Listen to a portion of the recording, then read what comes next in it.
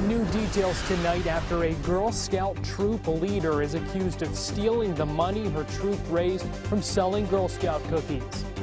Former clients of Floyd County lawyer Eric C. Conn file a lawsuit against him after losing their disability benefits. What those clients hope to get out of the lawsuit. A Nicholas County World War II veteran is headed to France to receive the highest Medal of Honor the government hands out.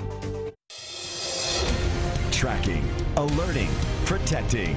This is WKYT News at 11.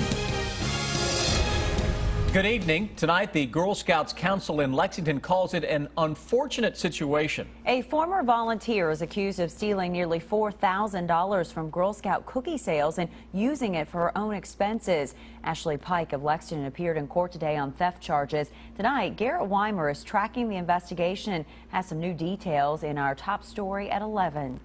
Pike is now a former volunteer for a troop part of the Girl Scouts of Kentucky's Wilderness Road Council here in Lexington. And in the aftermath of all of this, they say their #1 concern is their girls. We've learned Ashley Pike was a Girl Scout troop leader, but investigators say instead of turning in the money from her troop's cookie sales, she used it herself.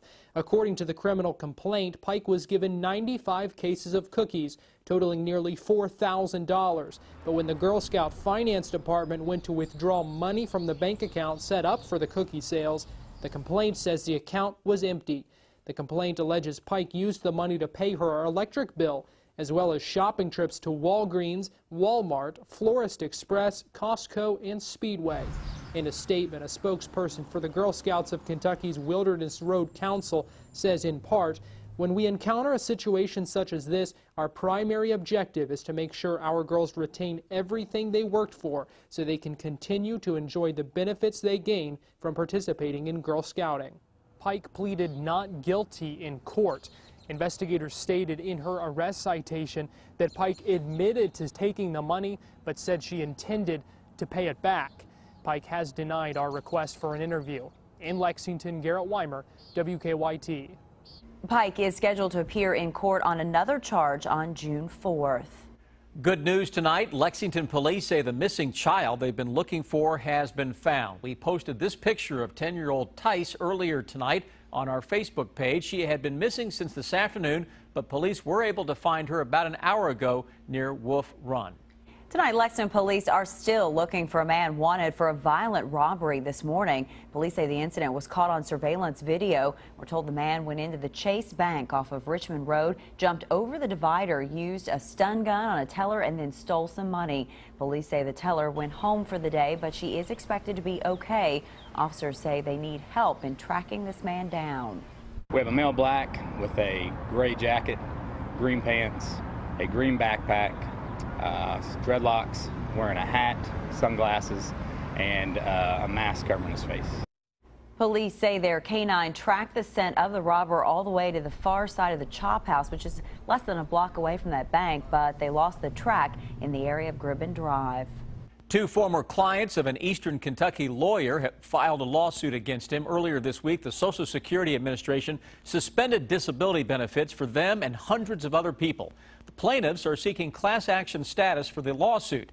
They claim that Eric C. Conn committed legal malpractice and violated the Kentucky Protection Act. One man tells us they're worried about paying for their long list of prescription medications. Sat down and cried. That was pretty much about it. I didn't know what to say. I was just totally heartbroken. I didn't know from one day, I didn't know what I was going to do. Clark says he's given permission to attorneys to add his name on the lawsuit. Attorneys plan to file a lawsuit against the federal government Monday, hoping to get benefits restored to people while they wait for their cases to be reviewed. Government investigators suspect fraudulent information was used by Conn to secure the disability benefits that have been suspended. Conn says he did nothing wrong. Two more people accused of helping steal and sell some rare Kentucky bourbon answer to the charges today. Mark Searcy and Dusty Atkins both pled not guilty in a Franklin County courtroom.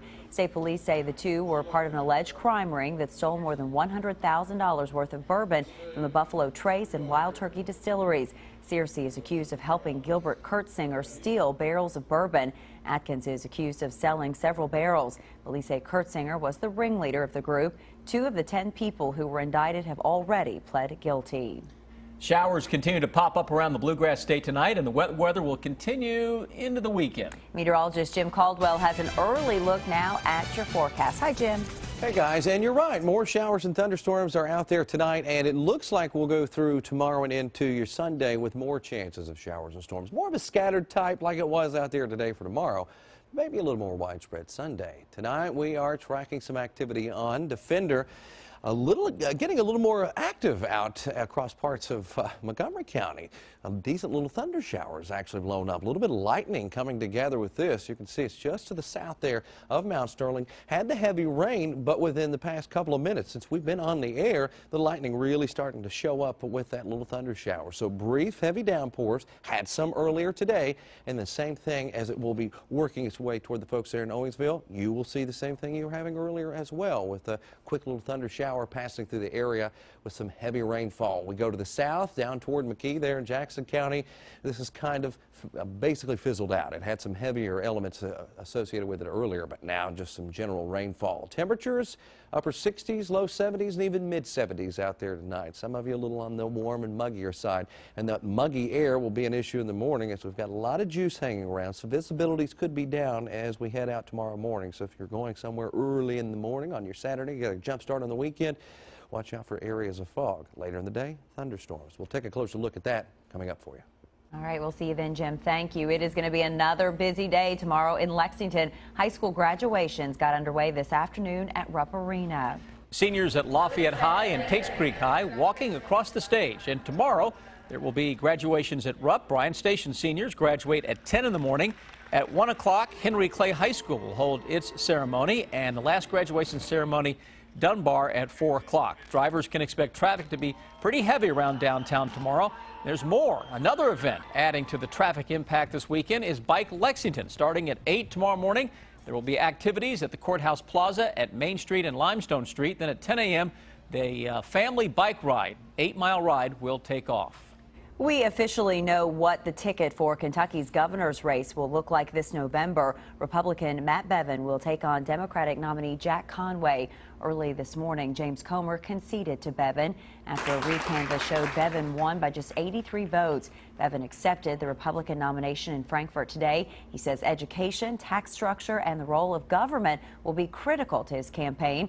Jack Conway released a statement today saying he welcomes a spirited race with Bevin and is the only candidate with a proven record of putting people over politics. He was one of 150,000 Allied soldiers who took part in the D-Day invasion more than 70 years ago. Private First Class Charlie Wilson of Nicholas County is going back to France. He returned to France last year for the first time since World War II to help mark the D-Day anniversary. Monique Blair sat down with Wilson tonight. She tells us why he's going back again in the story that's new at 11. I'm just 21 plus. World War II veteran Charlie E. Wilson is 89 years old. He was only 18 on June 6, 1944. D-Day was the most critical thing of it all, and we scared them Germans half to death. It was that day Wilson, who was a soldier with the U.S. 4th Division, helped give France their freedom, a day he remembers vividly. Here is a spear head that we use going in. Last year, Wilson was invited to France to commemorate the 70th anniversary of D-Day. We were the only ones in the whole world that could give them their freedom. Wilson says it moves him to tears that even 70 years later, the French are still thankful to him for what he and his fellow soldiers gave them. They're patriotic from their head to their feet now. Their mothers and daddies were mistreated by the Germans. Wilson tells me when he went back to Utah Beach last year in Normandy, France, for the first time in 70 years, he was overcome with emotion. And when I got there, my knees buckled and I went to the ground. Wilson was brought back to that day, June 6th, 70 years earlier. Just looking over, looking to see if there's any Germans coming, or transporting my mind from war to peace. And for the second year in a row, Wilson will be standing on Utah Beach on June 6th. The war story is there. Now 71 years later, standing next to the very people he helped liberate. I'm so gracious and satisfied that what we did has been lasting. In Nicholas County, Monique Blair, WKYT. Well, we salute him for his service. We can't do enough and say enough to say thank you. This year, while in France, Wilson will be awarded the French Legion of Honor Medal, the highest military distinction handed out by the French government. The governor of Texas has declared disaster declarations for 70 counties, and he's requesting assistance from the federal government. Overnight storms caused flash flooding and caught many Texans off guard. CBS's Chris Martinez is in Texas with the latest. This neighborhood in Grand Prairie was among the hardest hit as storms rolled in Thursday night into Friday. Gaspar Alvarez ferried residents on his kayak to collect their valuables. Well, right now I have one lady getting her belongings, her important papers. Residents have had to find shelter elsewhere. No one is allowed to stay here overnight, and not far away, the flooding is just as severe. Many roads in Garland are still impassable. Residents say the storm was like nothing they've ever experienced. The house is shaking like crazy. It was thunder like every 3 to 5 seconds. Heavy downpours trapped cars on busy Dallas highways and prompted numerous rescues, including this police officer. But in flood-stricken Wimberley, there was a grim recovery. Authorities confirmed they found the body of 6-year-old Andrew McComb, missing since last weekend. We're greatly saddened to have to share that with you. Landowners along the Blanco River are asked not to remove or burn any debris until crews can search their property for people still missing. Chris Martinez, CBS News, Grand Prairie, Texas. McComb's mother and younger sister are still listed as missing. There are new allegations against former House Speaker Dennis Hastert. Authorities say the man who was once second in line to the presidency was lying to the FBI about his role in a major extortion scandal. Federal sources say that he was paying hush money to a student at the Illinois high school where he once taught to keep allegations Hastert had sexually abused him quiet. Hastert has not commented publicly. Police in Boyle County are asking recent theft victims to give them a call. Danville police say they found a man stealing from a vehicle on Caroline Drive around 8 this morning. They tell us that the man, 40-year-old James Baker III, had several items that are believed to be stolen. Baker was arrested and charged with criminal trespassing and receiving stolen property. For the second year in a row, volunteers are cleaning up a 1-mile stretch of the Elkhorn Creek in Georgetown. People with Bluegrass Conservancy and Bluegrass Green Source spent the day picking up tires, toys, and other debris from the creek along Riddle's farm. Property owner Robert Riddle says earlier this year, heavy rains flooded a quarter of his property. He says that most of the time, he cleans up the 100-acre farm on his own. I have to pick all that up. You know, I can't cut fields of hay with bottles and cans in it. It all has to be picked out. Bluegrass Green Source officials say that all the trash taken from the river will be recycled or disposed of safely.